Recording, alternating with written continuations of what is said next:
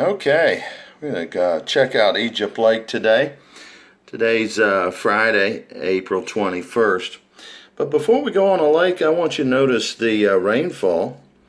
Year to date, it's only about 4.5 inches, whereas the normal year to date is 9.5. So that means we've had less than 50% of our normal rainfall, which means the water should be crystal clear with that little runoff coming in. Let's go out into the lake and have a look.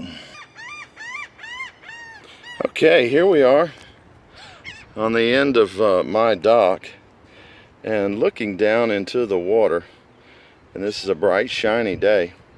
All we see is algae. Not seeing any water clarity at all. Normally this time of the year we should have 6-8 feet of visibility. We have probably about 4 feet. And the reason, of course, is because of lack of vegetation.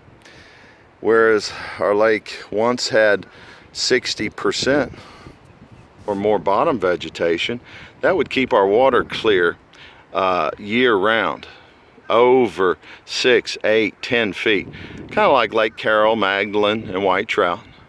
They have like 90% of their bottom vegetated, and they have crystal clear water year round with no algae blooms.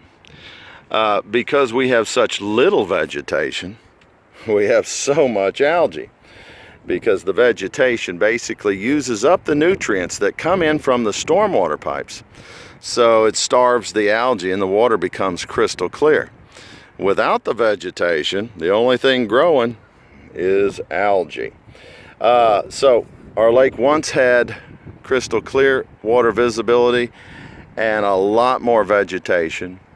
Now we have very little visibility because of virtually no vegetation.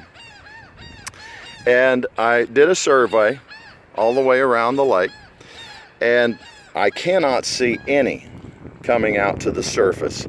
Whereas once I could look over there by Westerfields and by the Lakeshore Apartments and see vegetation from my boat.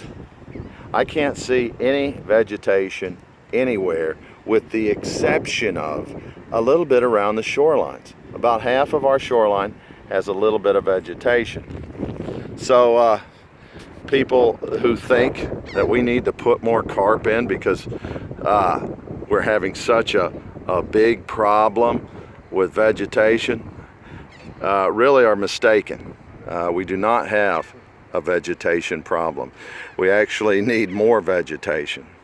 The idea of putting more carp in at this time is truly ridiculous.